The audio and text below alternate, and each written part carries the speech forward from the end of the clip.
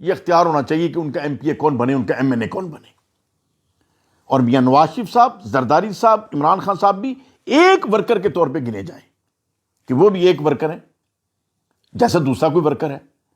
یہ ان کی کچھ جاگیر تو نہیں ہے پارٹیاں کہ انہوں نے اوپر حکمرانی کرنی ہے، باقیوں نے غلامی کرنی ہے.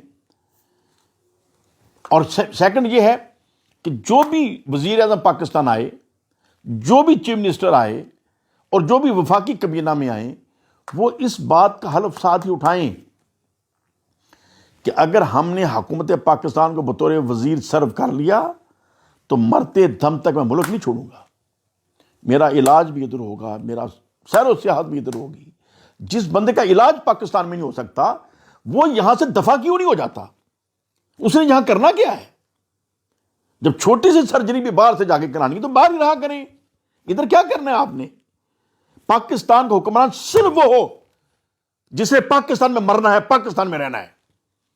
اور اس موقع پہ میں عمران خان کو یہاں پر ضرور، جہاں میں عمران خان صاحب کی چیزوں کے اوپر تنقید کرتا ہوں، ان کی کئی چیزوں سے اختلاف رکھتا ہوں، لیکن اس بات کو میں سلوٹ کروں گا کہ وہ کہتا ہے مر جاؤں گا لیکن پاکستان نہیں چھوڑوں گا. کٹا ہوا ہے، بیٹھا ہوا ہے. اگرچہ ان کی طبیعت کے اندر بے شمار غلطیاں ہیں، ان غلطیوں کی وجہ سے ہی آج ہم یہ سب خمیازے بھگت رہے ہیں، لیکن جو خوبی ہے اس کو سلوٹ کرنا چاہیے.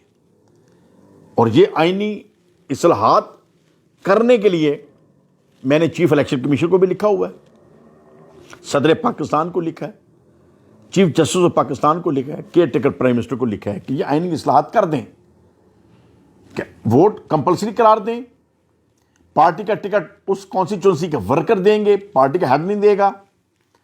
اور جو بھی وزیر حکومت بنے گی وہ حلف کے ساتھ یہ بھی حلف اٹھائے گی کہ ٹل ڈیتھ میں ملک نہیں چھوڑ سکتا. اور اس کے علاوہ جو اپوزیشن ہے اس کو بھی تمام وزارتوں کے اندر پوری طرح حصہ دیا جائے. کوئی وزیر اکیلا میٹنگ اٹینڈ نہیں کرے گا جب تک کہ اپوزیشن کا بندہ ساتھ اس کے نہ بیٹھا ہو. اپوزیشن کے نمائندگان کو ہر منسٹری کا پتہ ہو کہ وہاں کیا ہو رہا ہے، تاکہ پارلیمنٹ کے اندر پوری بحث ہو سکے. تو بہرحال اور بھی بے شمار چیزیں ہیں اور ضروری اصلاحات جو یہ ہو جائیں اگر، اور اس کے بعد الیکشن کرائیں. اب سوال یہ آئے گا کہ یہ تو قومی اسمبلی کا کام ہے امینڈمنٹ کرنا، تو اس کا سلوشن تو پاکستان نے آلریڈی نکالا ہوا ہے. دنیا میں اور کہیں بات کریں تو شاید قانون اور آئین کی بات اچھی لگتی ہے، لیکن پاکستان میں اتنی اچھی نہیں لگتی.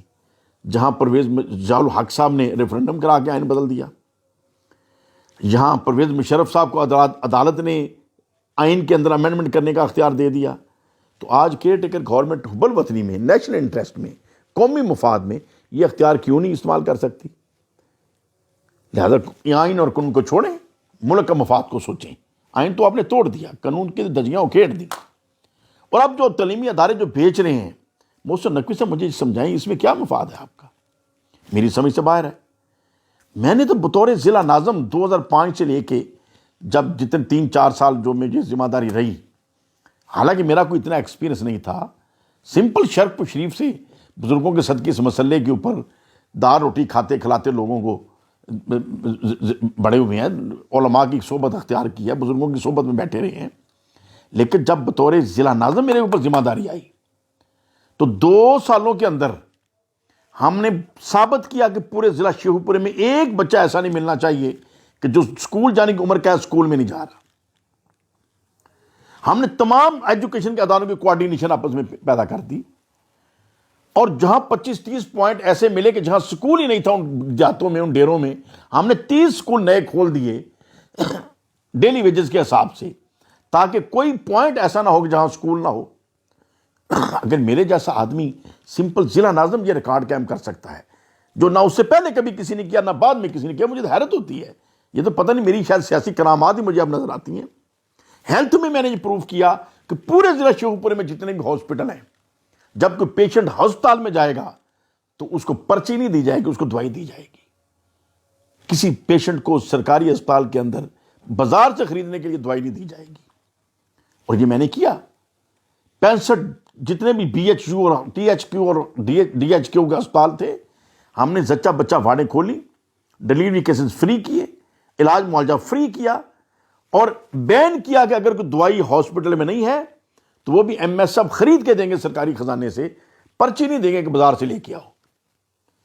اور میں نے جب یہ کر دیا، اور میں تو آج اس کے اوپر ورکنگ کر رہا تھا، برین سٹورمنگ کر رہا تھا، دوستوں سے مشاورتیں کر رہا تھا کہ یار نئی حکومت کو ہم چیلنج دیں کہ ہم اس بندے کو ووٹ دیں گے، ہم اس کے ساتھ چلنا چاہیں گے جو ان چیزوں کے عہد کرے کہ نمبر 1 وطن چھوڑ کے کبھی نہیں جائے گا، نمبر 2 پورے کراچی سے خیبر تک ایک بچہ ایسا نہیں ملے گا جو سکول جانے کی عمر کا اور سکول نہیں جا رہا، اور اس کو فری پرائمری تک تعلیم ہر صورت دی جائے گی اور ہر بچے کو سکول میں داخل کیا جائے گا۔ یہ نظام جب شیخو پورے میں ایک ضلع ناظم مائنر سی ایک طاقت ہوتی ہے اس نے کر دیا، تو چیف منسٹر اور پرائم منسٹر کیوں نہیں کر سکتے؟ عقل نہیں ہے، تمیز نہیں ہے، سمجھ نہیں ہے تو میرے سے پوچھ لیں، آئیں شرط پوچھیں، میں سمجھا دوں گا، بغیر اقوام متحدہ کی امداد کے اور بغیر امریکہ کی امداد کے۔ اور جتنے بھی سرکاری ہاسپٹل ہیں ان کو اس قابل کریں، ہم نے کر دیا، آپ کیوں نہیں کر سکتے؟ کہ پرائیویٹ ہاسپٹلوں سے بہتر سرکاری اسپتال کے اندر علاج معالجہ شروع ہوا جب میاں جلیل شیخ پوری ضلع ناظم تھا۔ میرے جیسا بندہ ایک سمپل آدمی کر سکتا ہے، تو چیف منسٹر جس کے پاس طاقت ہے، جس کے پاس اختیار ہے، پرائم منسٹر جس کے پاس طاقت ہے، وہ کیوں نہیں کر سکتا؟ اس لیے نہیں کر سکتا کہ ان کی پرائورٹیز یہ نہیں ہے۔ پرائورٹیز یہ ہے کہ لوٹنا کدھر سے ہے، اس کو چھپانا کدھر ہے، باہر کیسے بھیجنا ہے، پھر ڈالر کیسے خریدنے ہیں، قوم کو الو کیسے بنانا ہے۔ سوچے تو یہ ہے، یہ تو سوچ ہے ہی نہیں کہ بچہ ایک بھوکا سو رہا ہے اس کو کیسے سکون دینا ہے۔ اور ہم یہ چاہیں گے کہ ایجوکیشن کے ادارے یہ جو فروخت کر رہے ہیں یہ فراڈ بند کریں، یہ بہت بڑا ظلم ہے، بہت بڑا ظلم ہے۔